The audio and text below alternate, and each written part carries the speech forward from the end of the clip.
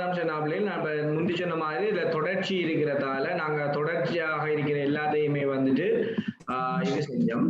But இப்ப இதுல வந்து காணப்படுது என்னன்னு சொல்லி பார்த்தோம்னா தொடர்பு இல்லாம இருக்கு. தொடர்பு இல்லாம செல் எப்படி செலக்ட் பண்றேன்னு சொல்லி தரோம்லே உங்களோட சிடிஆர்ல பிரஸ் பண்ணிட்டு D12 தேவைன்னா D12ல கிளிக் பண்ற ஃபர்ஸ்ட்டுக்கு. அடுத்தது F10 தேவைன்னா F10ல கிளிக் பண்றது. E16 உங்களுக்கு எது எது தேவையோ அதுல எல்லாம் என்ன செய்யுங்கன்னு சொன்னாப்லே கிளிக் பண்ணுங்க. செலக்ட் பண்ணப்பட்டிருக்கிற செல் ரேஞ்ச் என்னன்னு சொல்லி கேட்டாங்கன்னு சொன்னா இதுக்கு நாங்க கோலன் போட்டு எழுதிடலாம். ஏன் கோலன் போட்டு எழுதிடலாம்னா இதுக்குள்ள தொடர்ச்சியான கனெக்டிவிட்டி இல்லை. ஸோ இதுக்கு நாங்க தனித்தனியாக எழுத வேண்டியிருக்கிறதால கமாவை யூஸ் பண்ணித்தான். ஸோ இது ஆர்டர் இங்க முக்கியம் இல்லை. உங்களுக்கு இங்க ஆர்டர் வந்து எங்களுக்கு முக்கியம் இல்லை.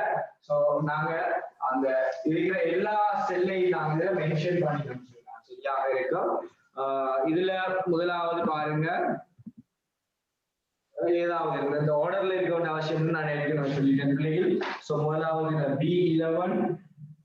B11 comma right C15 then D12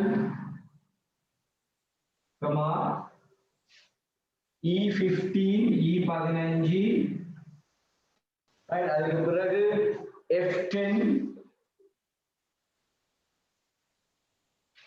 அதுக்கு பிறகு சொன்னாங்க bracket open bracket close. So இதுக்குள்ள நாங்க செல் ரேஞ்ச் எழுதுவோம் பிள்ளைகள். ஸோ இது மாதிரி உங்களுக்கு நிறைய ப்ராக்டிஸ் இதுல தந்திருக்கிறேன்னு நினைக்கிறேன் நான் பிள்ளைகள். அந்த ஆக்டிவிட்டியில நீங்க பார்க்கலாம் பிள்ளைகள் ப்ராக்டிஸ் தந்திருக்கிறேன். ஸோ கலவீச்சு என்பது குறித்து கலவீச்சு செல் ரேஞ்ச் என்று சொன்னா என்னன்னு சொல்லி பார்த்தோம்னா ஒன்றுக்கும் மேற்பட்ட கலங்களினுடைய சேர்மானம் கம்பினேஷன்ஸ் ஆஃப் செல்ஸ் தான் வந்து பிள்ளைகள் செல் ரேஞ்ச் கலவீச்சு என்று சொல்லி சொல்லுவோம். கலவீச்சு என்று சொன்னா செல்களினுடைய சேர்மானம் கலங்களினுடைய சேர்மானம் தான் கலவீச்சு என்று சொல்லி சொல்லுவோம் பிள்ளைகள். ஸோ அடையாளப்படுத்தப்படுகிற கலவீச்சை தரப்பட்டுள்ள ஒரு நிரந்தரப்பட்ட கலவீச்சினை எழுதுக என்று சொல்லியிருக்கிறேன் பிள்ளைகள். ஸோ கலவீச்சு நான் இதுல 2 இடைவெளி போடுறதுக்குரிய காரணம் என்னென்னா பிள்ளைகள் 2 வேயில் எழுதி பாருங்க என்று சொல்லி பிள்ளைகள். ஸோ இதுக்கு ஒரு வேயில் எழுதுற என்று சொல்லி சொன்னா நான் ஒன்றுக்கு மாத்திரம் எழுதி காட்டுறேன் பிள்ளைகள். கொஸ்டின் நம்பர் 13 எடுத்து வச்சுக்கொள்ளுங்க பிள்ளைகள். அந்த ஸ்கிரீன் ஷேரிங்ல உங்களுக்கு வரும் நான் போட இல்லை. திருப்பி மாற்ற கொஞ்சம் ஸ்வைப் பண்றது கஷ்டமா இருக்குது எனக்கு. ரைட். ஸோ இதுல வந்து பார்த்தோம்னு சொன்னா பிள்ளைகள் இங்க இதுக்கு முதலாவது கொஸ்டினுக்கு ஸோ நீங்க ஒன்று எழுதலாம் B1 கோலன்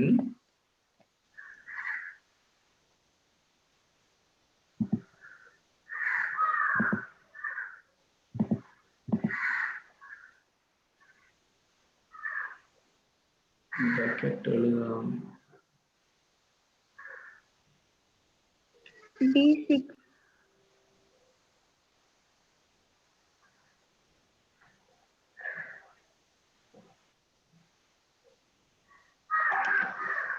இந்த கொஸ்டின் ஒரு போட்டிக்கிறது எனக்கு அந்த கிளியர்ல மாதிரி கொஞ்சம் திருப்பி போட்டு விடுங்க. ரைட். B1 கோலன் B6 அந்த கொஸ்டின் வாசிச்சதுல தான் எனக்கு இடையில ஸ்ட்ரக் ஆயிருந்தது. ரைட். B6 என்று சொல்லி எழுதலாம்.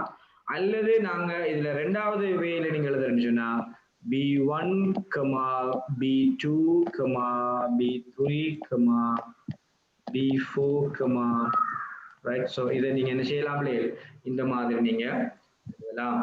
ஸோ இதான் இதுல இருக்கிற விஷயமாக இருக்கு பிள்ளைகள். ஸோ இது அவ்வளோ பெரிய கொஸ்டினாக இருக்காது. பட் உங்களை ப்ராக்டிஸ் பண்ண வைக்கிறதுக்காக வேண்டி தான் இந்த கொஸ்டின். ஸோ இது சின்ன பிள்ளைகளுக்கு கொடுக்குற ஒரு ப்ராக்டிஸ் பிள்ளைகள். ரைட். ஓகே. ஸோ இது இந்த கொஸ்டினை நீங்க எல்லாரும் செய்வீங்கன்னு சொல்லி நினைக்கிறேன் நான் பிள்ளைகள். ஸோ இதுல நான் மாறி எல்லாம் தந்திருக்கிறேன். ரைட். ஸோ இதுல இந்த மாதிரி ஒரு வருமாக இருந்தால்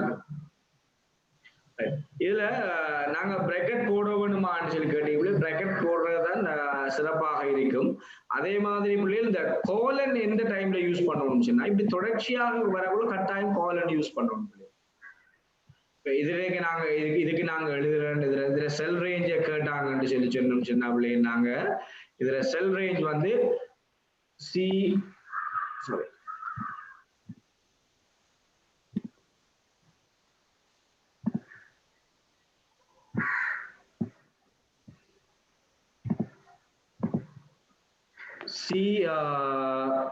C10 colon உதாரணத்துக்கு 10 கோலன் F10 இங்க பாத்தீங்கன்னா இதுல கனெக்டிவிட்டி ஒன்று இருக்கு கட்டாயம் இதுல கனெக்டிவிட்டி C10ல இருந்து நடக்குது C10ல இருந்து F10 ஸோ இதுல எந்த இதுவும் இல்லை ஸோ இதுல அர்த்தம் என்னன்னா C தொடக்கம் C10 ஆரம்பம் F10 நிறைவு ஸோ இதுதான் இதனுடைய கன்க்ளூஷனாக இருக்க போகுது பிள்ளைகள் ஸோ இங்க இப்படி ஒரு செல் ரேஞ்ச் ஒன்று தாராங்க F10க்கு கூட மேலதிகமாக இப்படி ஒன்று இப்படி ரெண்டை செலக்ட் பண்ணி வச்சுக்கிறாங்க ஸோ அப்ப இதுக்கு கேட்டாங்கன்னு சொன்னா நாங்க என்னென்ன எழுதலாம் சொல்லி பார்த்தோம் சொன்னா பிள்ளைகள் இதுல செல் ரேஞ்ச் நாங்க எழுதலாம் C10 colon F10 கமா அதே இதுல நாங்க போட்டு எழுதலாம் பிள்ளைகள் கமா அடுத்தது வந்து பார்த்தோம்னா G12 comma G12 comma H15 வந்துட்டு இங்க வந்து காணப்படும் சோ இது வந்து இதுல செல் ரேஞ்ச் எழுதுற மெத்தடாக காணப்பட போகுது புரியுது right so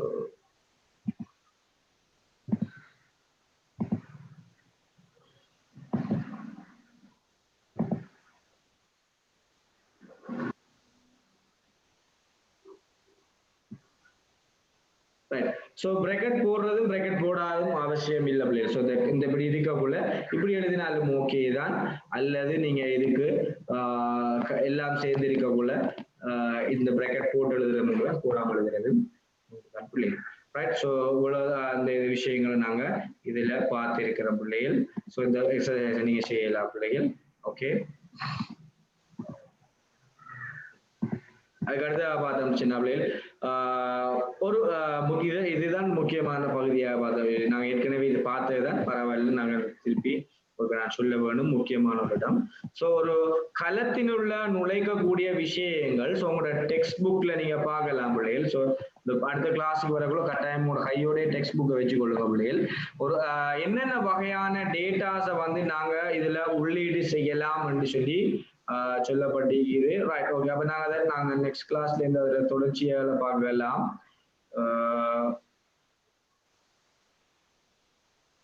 okay so next கிளாஸ்ல இதுல கனெக்டிவிட்டியை பார்க்கலாம் ஸோ நீங்க இப்ப இந்த கிளாஸ்ல இந்த வீக் ஃபுல்லா இருக்கிற 2 கிளாஸும் இந்த கிளாஸ் தான் பிள்ளைகள் தொட்டம் சொன்னா தொடர்ச்சியாக பார்த்து போகிறேன் ஸோ அதனால நான் டைமுக்கு முதல் 2 முடிச்சு விடுறேன் நான் பரவாயில்லை அடுத்த கிளாஸ்ல கூட நான் எடுத்துக்கொள்ளலாம் ரைட் இதுல என்ன சொல்லி பார்த்தோம் சொன்னா பிள்ளைகள் இதுல திருப்பி டவுட்ஸ் போட்டு கொண்டு இருக்கிறீங்க பிள்ளைகள் இப்ப என்ன இருக்கிற இதை நாங்க சொல்லுவோம் அந்த என்னன்னு சொன்னா நான்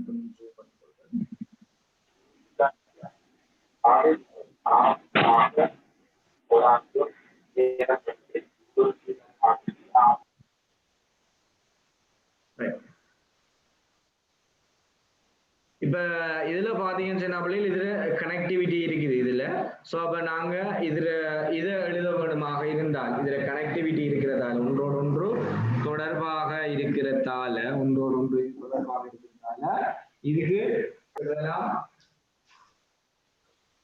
C4 colon right F4 so நான் இதுல நீங்க இப்படியும் எழுதலாம் இதுல அப்படி இல்லைன்னு சொன்னா இதுக்கு பிராக்கெட் போட்டு எழுதலாம் நோ ப்ராப்ளம் பிராக்கெட் போடாட்டி இல்லை அதுக்கு அடுத்த விஷயம்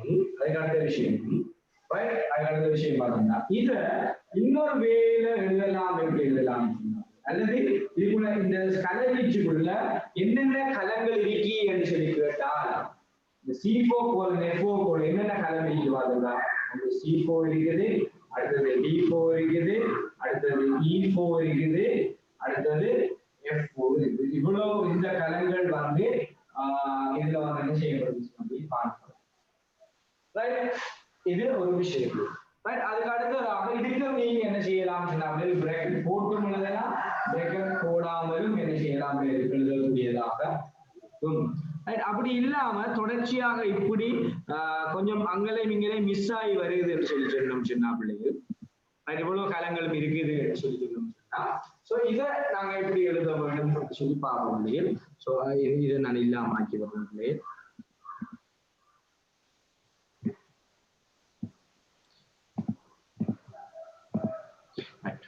சோ இங்க வந்து பார்த்தோம்னா இதுல ரேஞ்ச் எழுதணும்னா நாங்க பிராக்கெட்ல போட்டுட்டு f2 colon f6 ரைட். இது வந்து இது நாங்க கோலன் போட்டதுல காரணம் என்னன்னா f2 ல இருந்து f7 வரைக்கும் எந்த விதமான இதுவும் இல்லை, எந்த விதமான ட்ராப்பும் இல்லை, அதாவது இடைவெளியும் இல்லை. ரைட். இங்க அடுத்தது வந்து பார்த்தோம்னு சொன்னா இதுல எங்க அடுத்தது இருக்கிறதுனா கமாவை போட்டுக்கணும். கமா போட்டு இதுல C4 கமா அதுக்கு அடுத்தது பார்த்தோம்னு சொன்னா C7 comma C7 comma D6 bracket close. So இங்க தொடர்ச்சியாக வாரத்துக்கு மாத்திருந்தான் எங்கெங்க செல் தொடர்ச்சியாக வருதோ அங்கங்க கனெக்டிவிட்டி போடுவோம். ரைட். இதுக்கு நான் இன்னும் கொஞ்சம் எக்ஸ்பிளைன் பண்ணேன் சின்ன பிள்ளைகள். இப்படி ஒன்று இருக்குது, ரைட், இப்படி ஒன்று இருக்குது, இப்படி ஒன்று இருக்குது.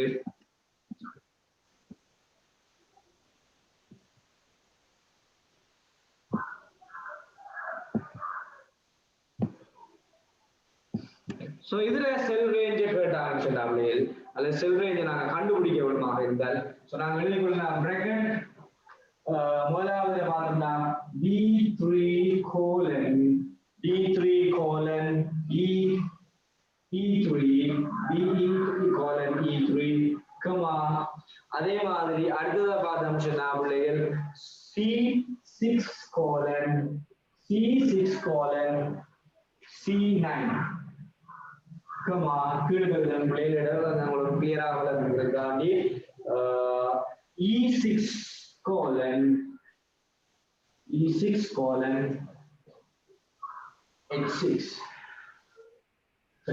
level G6. சோ இது வந்து காணப்படுது. சோ இங்க வந்து பாத்தீங்கன்னா கனெக்டிவிட்டி இருக்கிறது நான் காலம் டபுள்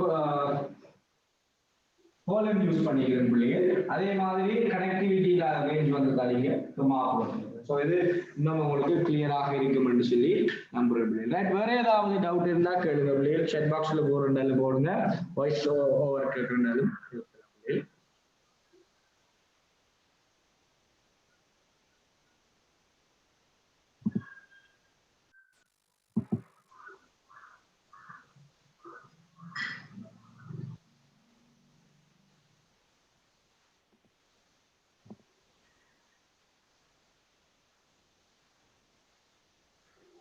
ரைட். சார் சொல்லுங்கம்மா. இப்போ வந்து நம்ம எழுதுற ஆன்சரை வந்து மாறியும் எழுதலாமா சார்? ஆர்டர் தான் எழுதணும் அப்படி இருக்கா? இல்ல மாறி அது வந்து பிரச்சனையுமே இல்லை. ரைட். நீங்க நல்ல டவுட் ஒன்று கேட்டீங்கம்மா. ரைட், வெரி குட்டா. ஓகே. சோ இப்ப இந்த செல் ரேஞ்ச் இப்படி எழுத வேண்டுமாக இருந்தால் இதுல செல் ரேஞ்ச் வந்து யூஸ்வலாக நாங்க எழுதுவோம் f2 போல f7. நல்ல क्वेश्चन.